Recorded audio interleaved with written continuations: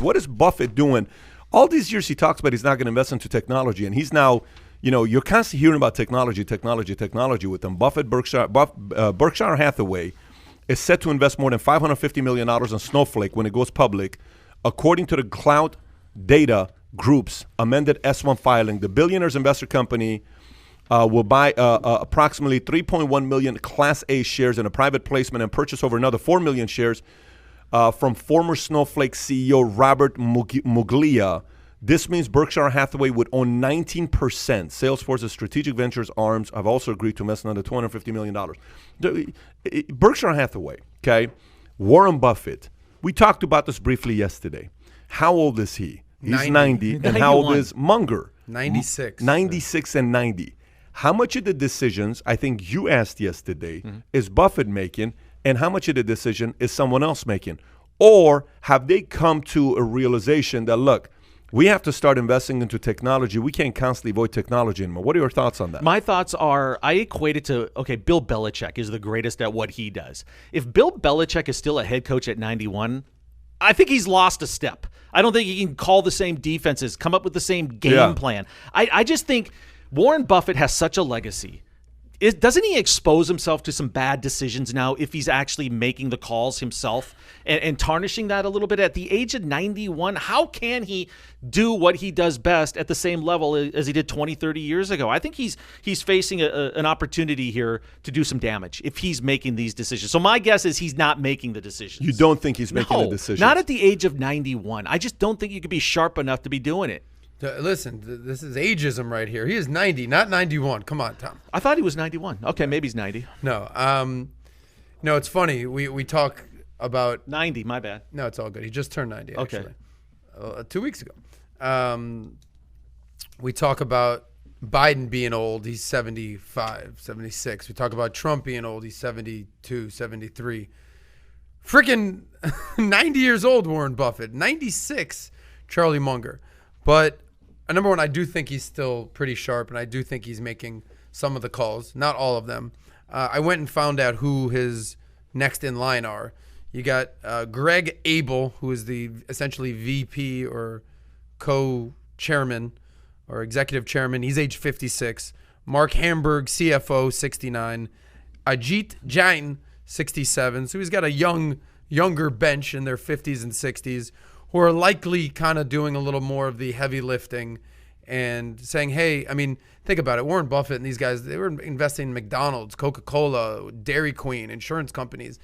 Some of these younger guys in their 50s, 60s are probably saying, look, we might need to start considering tech. We might need to start looking into a little bit gold a little bit. So I think Buffett's still kind of, steering the ship, but some of these younger guys are probably coming in being like, you're freaking 90, Warren. Like, let us help out a little bit. What do you think? If you watch him at his shareholder meeting, the guy is still sharp at 90 years old. And by the way, don't forget a few things here. This is what we're forgetting. You made a very good point about Biden and Trump, where they're at right now. Keep in mind that medicine's gotten better. Mm-hmm. If you have money, you have the best doctors. Yeah. You can pretty much keep all your data with your health and where you're at, and you can have somebody full-time to pay a doctor $500,000 a year that's just working full-time for you to make sure your health is good. Of course. When you're worth $90 billion, what the hell is, let me hire the best doctor. He's got one patient, and it's me. You have one job, is to make sure I live as long as, and I'll give you a bonus for every year I live longer. That's what you do when you have that kind of money. But at the same time, Kirk Kerkorian, think about Kirk Kerkorian, okay? Here's a legendary business guy. We had a call yesterday when one of his right-hand guys, Mario, had a call with Eric, one of the producers of the movie The Promise, which talks about the Armenian genocide. And Eric saw my interview with Aram Hamparian when we talked about the challenges Armenia is having with Azerbaijan. And then he saw me mentioning Kirk Kerkorian that gave $1 billion to Armenia. That's what he did. Kirk Kerkorian died at 98. You know what his people say about him? About Kirk Kerkorian? He was still doing deals before he died at 98. Think about that. Because here's, when they asked Trump yesterday, he says, Larry King says, so how are you going to, are you okay? He asks Melania, are you okay with him not being around all the time, with him working all the time? Like, he's not going to be there for dinner all the time. She says, I'm not here to change him. I know who I married. I accept him for who he is. I'm going to stop him from working. I know who he is. I'm very comfortable with the man I married. So he is lucky because he married right. He's not lucky. He married right. He married somebody that accepted who he was and who he is and not try to change him. Okay, and they seem very happy. But on the other side that you got to look at is he says, listen, man, I don't work. I love doing deals. I love doing real estate. I love making deals. Right. He says, I love making deals. Sure. I love making deals. Buffett, Munger, Kirk, Trump, these guys are playing a game. Right. They're not doing anything but playing a game. And the moment they stop playing, I was at Ronald Reagan Hospital in L.A. with Dudley the day John Wooden died. Okay? I was at the hospital. I was downstairs. I was sitting down with him. Him and I had lunch together at the hospital. And while we're at the hospital, he was their family's pastor, the last pastor. You kept seeing all these old UCLA players and Laker players, and all these players that would show up. Kareem showed up. Everybody was showing up. A lot of people played for John Wooden. Did he make it to 80, 90, 100? He died at 99. I want to see if I'm wrong about that. I think he died at 99 years old, John Wooden. A long, long life. And I'm sitting there saying, how is this guy making it so far? Is it 99 or 98? I may be off. He died at UCLA. There you 99, go. wow. 99 years old. Okay, there you go. So I was right. I was there the day he died, by the way. I was at the hospital the day he died, June 4, 2010. So I ask, 99 years? When you look at the game you're playing and you love it and you love people and you love advancement, improvement, you have a reason to live. So do I think Buffett and Munger are sitting there kind of saying, well, you know, we're still playing the game. They're excited about it. But I think the real question is the following question. This is the part that I'd love to see him talk more about is when you're 90, you've been your way for a long time. And a lot of people have tried to give you advice who were wrong. And you stuck to your advice. And you've been right more than wrong against people's advice. So when you said you're not going to mess in technology and people said, oh, he's wrong. And the 1999 tech bust boom took place, the bubble, he was right. Yeah. But is he at a phase right now where he's saying, look, I may have been right then, but I have to make some adjustments now and pivot. If a 90-year-old man who's been right most of the time when it comes down to investments can say something like that, I think a lot of the younger investors can learn a lot from him to say, sometimes you got to pivot. Sometimes you got to adjust to see what's going on. That's why I'm curious to know they're investing more into these types of things than they ever have in the past before. Well, and here's the other question. At the age of 90, he's involved at some level and probably at a big level. But if something doesn't go right and he wasn't involved, he's going to be the one that's going to take the fall for it because nobody knows who his lieutenants are anyway. Yeah. So he's almost like a marketing director at this point, too, because he's a brand. And his brand is synonymous with winning investments. If that were to be tarnished at all at the age of 90, it could hurt him.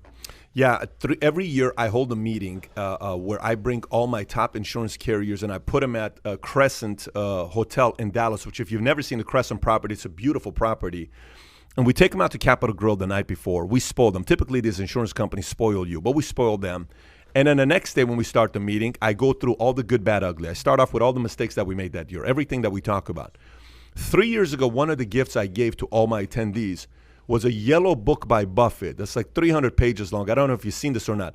It's every letter he's ever written to shareholders.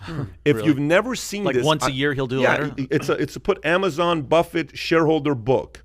Just type in Amazon Buffett shareholder book. Let's see if it comes up. That's the one right there. Okay, it doesn't have a lot of reviews. But if you want to see this guy's writing, it's from 1965 to 2014. Every single letter to shareholders is in there. If you've never bought this and you're watching this, I don't make a penny off of this. I highly recommend you buy this and go through some of the ways he communicates with his following. You know, go through some of the ways he communicates with his investors and his buyers. You know, it's a very interesting perspective. I think 20 years from now, 30 years from now, we're going to talk about Buffett in a way of Einstein. We talk about Einstein today. Einstein didn't die 300 years ago. Einstein died just a few decades ago. Buffett's going to go in the history books as a mind that many people are going to copy, and he's seen as the Michael Jordan of his industry, if you really think about it. You know, he's seen as that in his industry. So a couple quick points just on Buffett. Go for it. While we're on this. Number one, the majority of his money he made after age 60.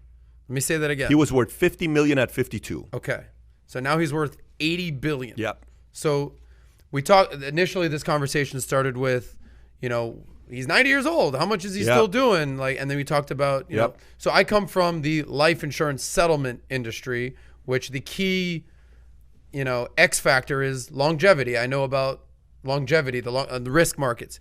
And you talked about, you know, if you're 90 years old, if you're wealthy, you have a full-time person on staff whose job is just to keep Warren alive, healthy, doing his thing. So what's my point to all our young entrepreneurs out there who are just starting their grind, who are 30 years old, maybe they're 40 years old, and they haven't, quote unquote, made it yet? Use Warren as an example. He didn't make his billions until age 60. There's a good chance if you're out there and if you're in your 30s and 40s and you're still hustling, you're on your grind, you're going to live to 80, you're going to live to 90, no problem. So the grind keeps going. And if you love what you do, you'll work until your 90s, no problem. Is that your first point? What's your second point? You said a couple points. I think that was all of them. Okay, that was 2 points and 1 point. We like that. Very good point. Yes, you're right. I think at 50 some years old, he was worth okay, so that's the number. He was worth 67 at 47, and now he's worth $80 billion.